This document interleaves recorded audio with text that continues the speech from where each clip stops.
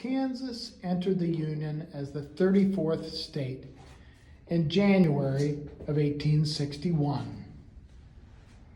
This was right before the Civil War broke out in April of that year. While the 33-star flag was official, production went directly to the 34-star flag, knowing the state was coming, even though the star wouldn't officially be added until the 4th of July of that year. That was the official turn of the flag year, if you will. Note how the stars here are positioned so they're point up, point down, point up, point down, consecutively throughout. So even if the stars of a flag in the 19th century are arranged in rows, because sometimes they were in circular and other designs, generally they do not all point upwards, and they have some great whimsical features.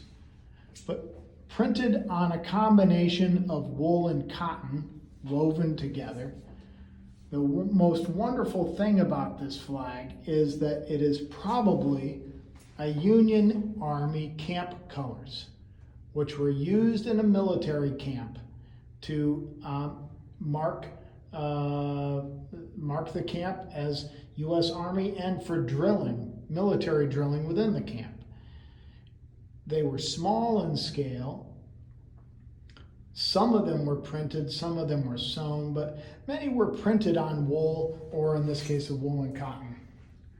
It has a hand-sewn binding along the hoist that appears to be all cotton, and it's stitched by hand down here at the end, and it almost looks as if there might be bullet holes here in the middle of the flag. I always say that very hesitantly because hardly any holes in flags are bullet holes, but this one absolutely could be.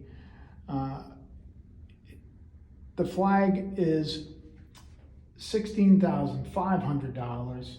Really terrific example, small in scale, easy to fit over the mantle or anywhere else, and wonderful that it has very probable military association, where most 34-star flags that one will encounter do not.